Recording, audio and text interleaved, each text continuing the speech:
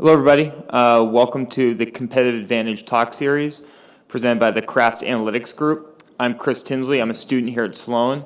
It's my pleasure to introduce today's topic, how the Golden State Warriors use analytics to optimize fan experience. So this talk will go for 25 minutes, 5 of which will be allocated towards Q&A. For those of you just coming in, just a reminder, refrain from asking a question until you have the microphone in hand, which will be floating around. But with that said, I'll hand it off to Charles Gao.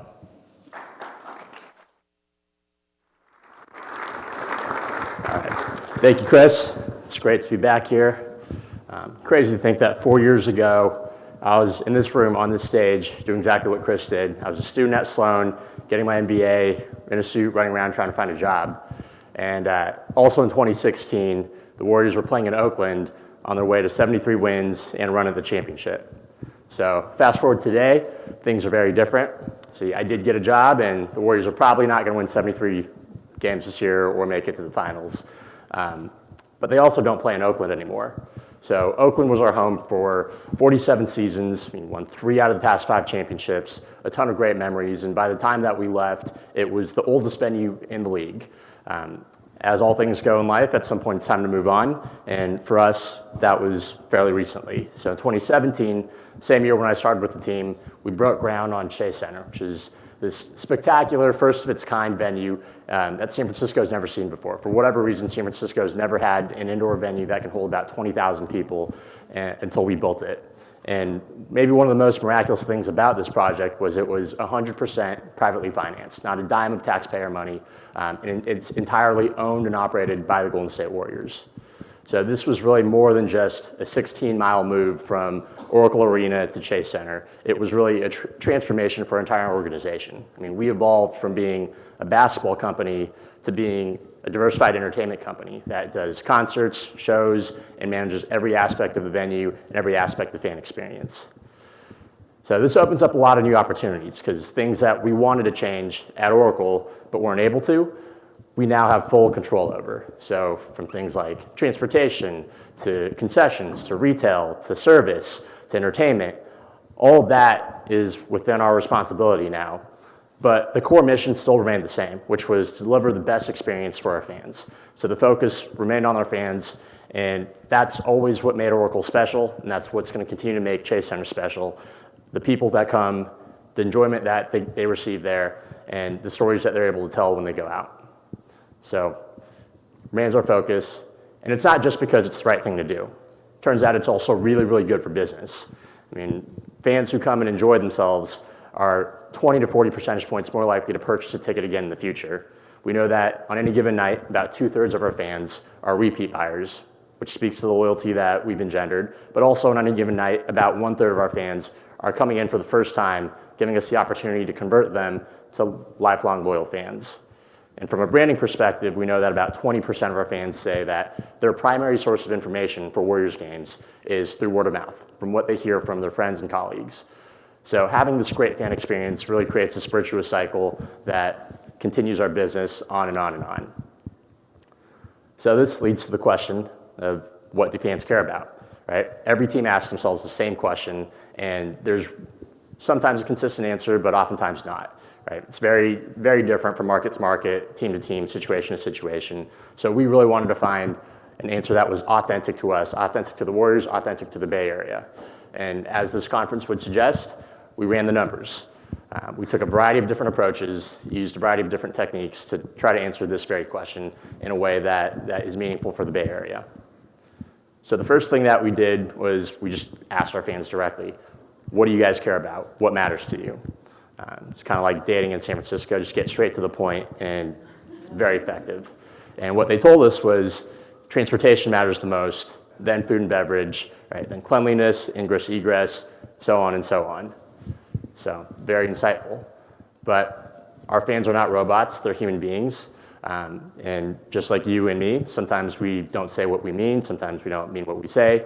So we also wanted to go deeper and understand, okay, what do you really care about? And sometimes it's a little bit different, right? So in addition to asking them what they care about, we asked them to take those qualities and rate them in the most recent game that they attended. Also, we asked them to rate their overall experience. So with scores for every individual factor and overall experience, we're able to look at the correlations between every specific factor and the overall satisfaction. We're able to run regressions and look at the coefficients and look at statistical significance. And we're able to run machine learning algorithms to look at factor weights and understand what's most important. And what we found was, while there was some consistency, it wasn't completely consistent. So transportation was consciously number 1, but subconsciously it fell down to about number 3. And food and beverage was consistently a top performer. We also ran a lot of text analysis. So we took all of the open responses, all the verbatims that our fans commented to us, telling us about their experience, what they liked, what they didn't like, and we parsed out all the words. So we looked at what words were mentioned most frequently and what words were most associated with polarized scores. So what words tend to be associated with really, really good experiences, what words tended to be associated with really, really bad experiences, and we were able to uncover new depths of insight. So for example, for something like food and beverage, we were able to see that things like having a wide selection or having quality options were very, very important to our fans, more so than certain factors that I may have expected, such as price point. Now, we also know that fans are very different, right? So from one fan to another fan, they may have a completely different preference set, and that's completely natural, but how do we dissect that? Through clustering. So we ran a clustering exercise to try to break out the different patterns within preferences and create preference profiles. So each set of cluster has a different preference profile, which we appended characteristics to, and that helped us understand what do different groups of fans prefer and helps us cater to them. So as a few examples, our high volume buyers really care about transportation, which you'd expect, they come often. Our value ticket buyers care about technology. Our older buyers care more about the ingress-egress experience. Our high-end ticket buyers really care about the service and the ushers. Our younger adults tend to really care about the entertainment. And people who come once per year care about the retail. And with that in hand, we opened Shea Center. We're now 6 months in operation, but we haven't stopped there. So we continue to do this, and we continue to monitor our key performance indicators and find opportunities to improve. So that was the process of how we tried to answer this problem. And I'll boil down 3 key takeaways to go into a little bit more depth. So one on transportation, one on food and beverage, and one on tailored experiences. So transportation is critical in the Bay Area. I mean, everyone is super busy. Everyone is always working. I never see my friends. They're always too busy. And it's the first thing that people think about when they think about whether they want to buy a ticket to a game or whether they actually want to go to a game that they already have a ticket to. It's part of the cost of going to the game, right? The time that I have to spend to get there and get home, the cost of the trip there. So we knew that in order to be successful, we had to remove the friction. And what we did was we partnered with the city of San Francisco and we subsidized the Muni Pass. So every event ticket also operates as an all-day Muni Pass. Now the Muni, if you're not familiar, is a train system that gets you throughout the city. So it's one of the most convenient ways to get around, drops you off right at the doorstep of Shea Center. And if you're a tourist, if you're someone outside of the area, it's a fantastic way to go experience the city and see everything in one swoop. We also offer free shuttles to the BART system, which is the train system that connects San Francisco to the regions around San Francisco, such as the Peninsula or the East Bay. And obviously, being in San Francisco, the genesis of rideshare, we worked with the rideshare companies to set up robust strategies so that people can get dropped off and picked up very easily around the area.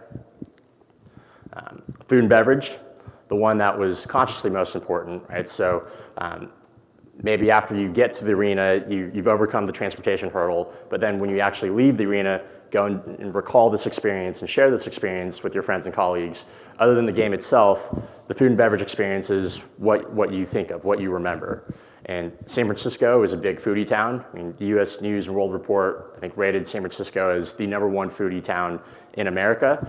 So we're all food snobs, and we've really leaned into that. So within our arena, we've decided to offer a ton of unique and local offerings, right? So Bake Sale Betty, Sam's Chowder House, and one of my favorites, Hot Dog Bills, which is really a hamburger. It's a gourmet hamburger that's served in a hot dog bun, a bunch of toppings, and you can only get it in 3 places in the entire world. 2 of them are private clubs in the Bay Area, and the 3rd one is at Shea Center. We've offered elevated dining experiences. So if you're a floor seat member, you get access to the JP Morgan Club, which is a lavish club that I don't think anyone's been unhappy in, and Casa Modelo, which is a new concept that we've introduced. It's a high-end, I mean, literally high-end. It's built up in the upper concourse in one of our end zones. And there's a joke, because the secret to happiness is looking down on people. If you're someone who believes in that, then this is the place for you. And it's fine dining, you're sitting on a royal balcony, and you're basically presiding over an arena full of people. And of course, being in Silicon Valley, we had to have the best and latest technology. So we have mobile ordering, cashless self-checkout kiosks, so you can get your speed of service and not have any awkward interaction with a human being if you want. Targeted strategies. So we know what premium buyers really want, and we try to cater to a lot of their needs. So we've created Courtside lounges, which is basically the traditional lounge experience, the suite experience, but your seats are about 5 rows back from the court. So you get your private box 5 rows back from the court, and you still have your bunker underneath where you get your private butler, food and beverage, all the amenities that you can expect. Theater boxes for smaller groups. So these are one ring above our traditional suites, where you basically get these lazy boy lounge chairs, and same thing where you're kind of presiding over the lower bowl. It's a great experience.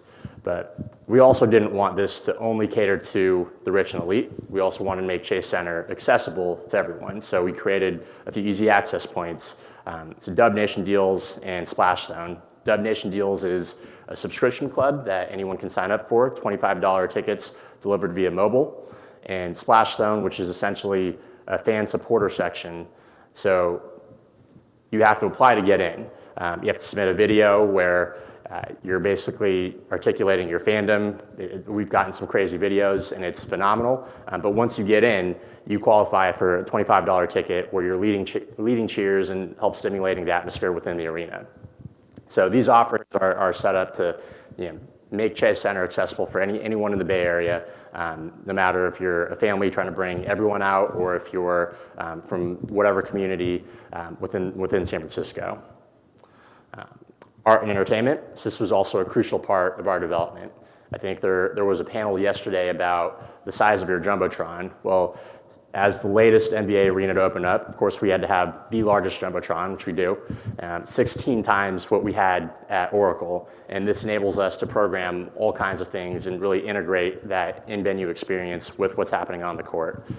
We've also leaned into a lot of local talent, experimented with the latest technology, and it's a very, very much feedback-driven process where we essentially have a playbook of different activations that we can do. And after every game, we ask all of our fans to rate our halftime talent, our quarter break talent, our timeout breaks, all of the artists that come out and perform. They get scored, and then we meticulously go through and try to improve our in-game programming.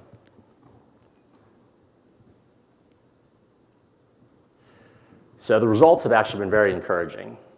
When we opened up the arena, we were immediately above one of our initial benchmarks comparing against other venues who recently opened, and we continued to improve, and by the second quarter of the season, we were already above the league average. And keep in mind that this is with a 14-win, well, now a 14-win team. So we're very proud about what we have and where we've gone, but the journey continues, and we're only going to expect to get better and better. We've done this by leaning into the voice of the fan, taking a varied approach at finding insights, finding things that our teams can take action on, and guiding our action towards areas that really deliver impact. So even though we're not winning a ton of games this year, we'd like to think that we're still winning a lot of fans. And by the end of this, it's going to be what we hope is a bucket list destination for any sports fan, any music fan, any entertainment, architecture fan to go to on their way to the Bay Area. So with that, thank you, and I'll take questions. I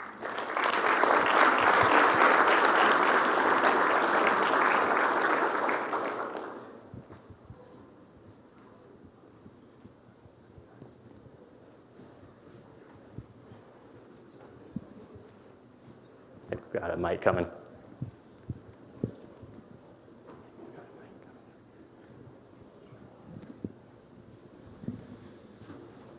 So do you have caps on the Dub Nation deals, and does it flex by matchup?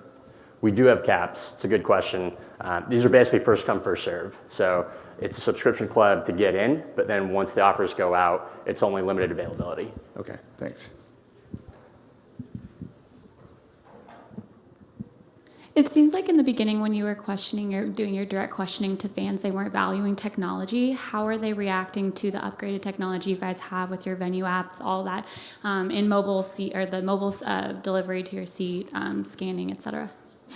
I mean, it's been good so far. I think we're still working through a lot of improvements that we hope to roll out in the coming months, coming years.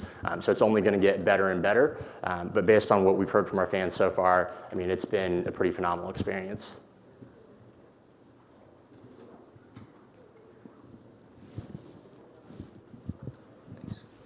Also on the Dub Nation deals, so obviously the benefit for the fan is getting deals. The benefit for the team would seem to be the data capture aspect of it. So how have you guys been able to take advantage of that added data capture in terms of converting them into either ticket packages or more like marginal in-stadium revenue? Yeah, absolutely.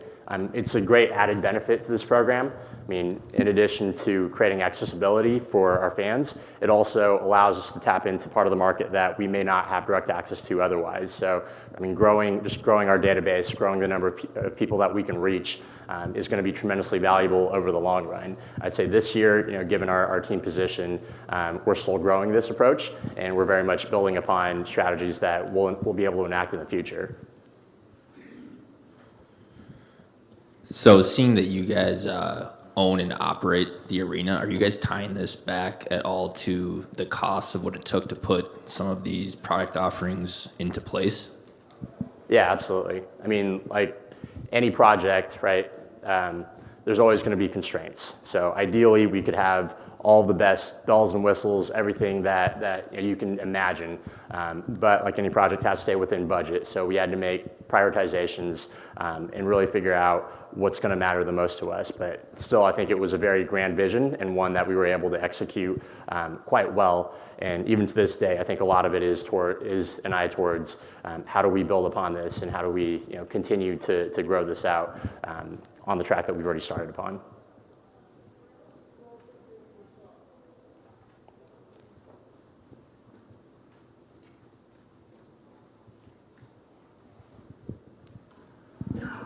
Given all your fan experience information that you collect, how do you guys use that information to get those fans that are going to Warriors games to go to the other events you guys have at the new stadium and vice versa?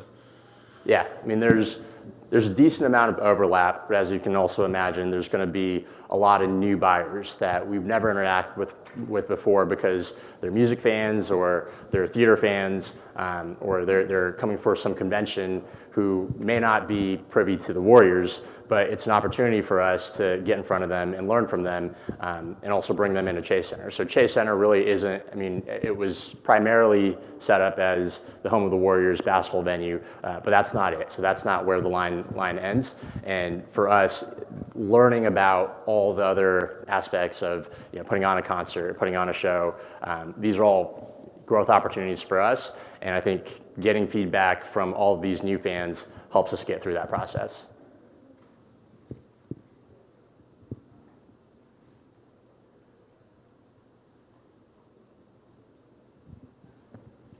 How are you able to plan for costs that are going to vary based on attendance and the type of people that are going to games? The Warriors' record this year is a little different than probably expected at the beginning of the season. So how do you guys sort of account for the likely decline in revenue because of that? It's a great question. And I'm going to harken back to the conference tagline again, which is you run the numbers. So we try to predict to some degree of accuracy what our attendance numbers are going to be from game to game. So we'll look at factors such as the day of the week, the time of the year, the competitiveness of the team, and try to get more and more precise over our anticipated headcounts. And a lot of that feeds into decision making that does scale costs, right? So things like how to manage the appropriate service staff, how to manage the appropriate number of food and beverage concepts to open up, should all be targeted around how many people we actually anticipate coming into our building. Fortunately for us, I think we have one of the best fan bases in the entire league. Our fans are really passionate about basketball, even through this season when we haven't seen as many wins. We've still seen fans come out. It's been a great opportunity for us to, I think, get back towards a lot of our loyal fans and bring in people who maybe would not have come out otherwise had the team been more competitive. But I think it's been a great experience in both senses because we get to learn.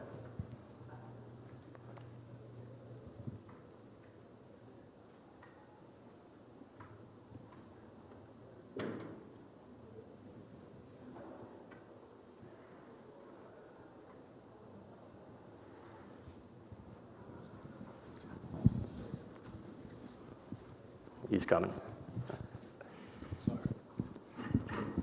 Are you guys taking advantage of Wi-Fi data in any way? We are. So we do have gated Wi-Fi.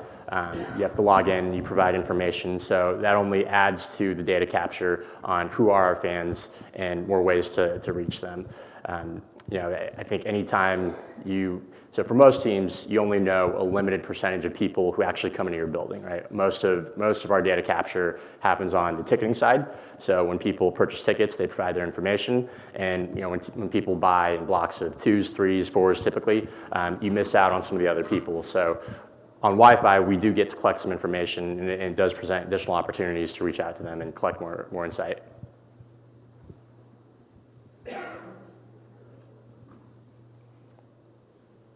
Got a couple more over here.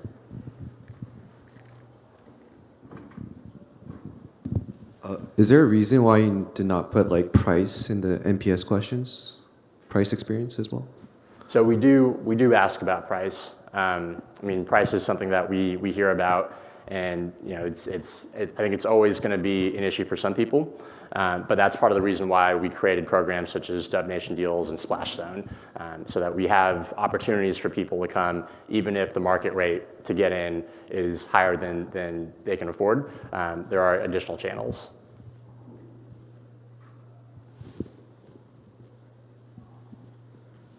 There's one over there.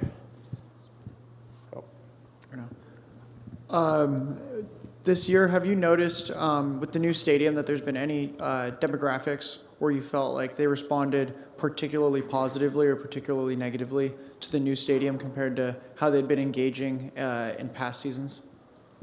Yeah, we were pleasantly, I wouldn't say surprised, but we were very happy to see a large portion of our season ticket members follow us from Oakland to San Francisco. Our migration, I would say, was a pretty resounding success. So we're happy with all that, but as in any time when there's change, you're always going to have some people who like to hold on to the old experiences. So if you were someone who lived in the East Bay, really close to Oracle, we knew that it was going to be tougher for you to get to the game, and we knew that that experience was going to be different. So I think those were things that we knew and we had to expect as we made the transition. But if you're a San Francisco resident, then obviously it's a different pattern now, so it's easier for you to get to the game. Things like that we've anticipated, tried to address, and we've tried to be creative with our transportation strategies so that we can at least make it as doable as possible. Can you talk about your back here? Yep. All right. Can you talk about your concert buying database versus basketball buying database, if you're serving multiple offers or if there's any crossover there? Yeah, so concerts is a very different business. And we're learning this as we go. But for Warriors games, right, we control everything. All the tickets are our own inventory. It's our show, it's our production. For concerts, we're really just the venue that they play at. And we can offer, on the experience side, things like service, food and beverage, transportation, things like that we add on. But the actual show itself is entirely run by the artist. So it's very different in that regard. But we do capture a lot of data from the people who come in, and it is a very different demographic in, I would say, good ways. So we're able to reach a lot of people who come for the very first time, who don't come to basketball games, and they're able to tell us unique perspectives on what they like about our art programs, what they like about our food and beverage programs, and things like that are slightly different from sports. For the Splash Zone, how much of that is meant to replicate like a soccer supporter section or like a college student section? I guess what are the similarities and differences in the actual experience for people that sit there? Yeah, I think that's a lot of the inspiration behind it. Anyone who's gone to a game at Oracle, especially during the playoffs, can tell you that the atmosphere is absolutely electric. There's nothing quite like it, and you get the hairs on your body stick up, and you get the goosebumps. So we really wanted to make sure that we weren't going to lose that. And I think a lot of the intention around how we design certain aspects of the stadium were oriented towards retaining that feeling. But this was going to be an additional piece of it where we can create a fan supporter section that can really lead the cheers for the crowd and really liven up the atmosphere within certain bounds of our control. How do you guys look at dynamic ticket pricing, whether it be on like a single game basis that a game's not selling as well as you'd expect, and then throughout the season as well? Is there a reason you do or don't use it? Yeah, so I think for the most part, every team does dynamic pricing now. We look at dynamic pricing in a very similar lens. It's just kind of the reality of a dynamic market. So you're always going to have to be nimble with how you price your tickets in order to make sure that they sell with a live resale market. I think this year has been especially tough because we expected our team performance to be at a certain level, and then due to certain circumstances, right, outside of our control, Steph Curry getting injured, things were a little bit tougher. But I think one thing that we always wanted to honor was our commitment to our season ticket holders and making sure that we weren't going to undercut them and lower our prices too much. So this year has been tougher because with working within those bounds, we've had to keep our prices at a level that would keep our season ticket holders within the rights of their terms. But we've been able to get creative with other offerings just to help lighten up the burden, but also create accessibility and move tickets. Yeah, just one question. I was curious, how did you go about the process of the selection of the seat location for the splash zone?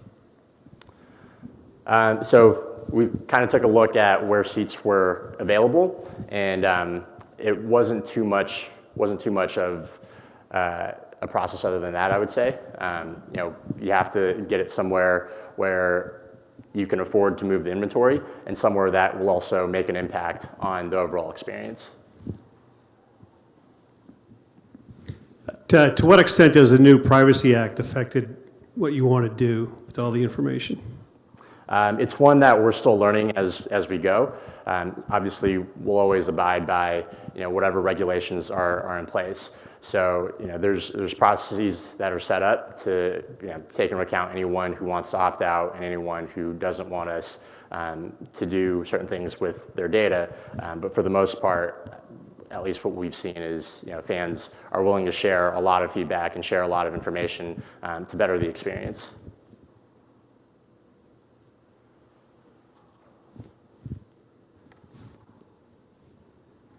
All right, this thing's counting up now. Does that mean there's time or? All right. Thank you.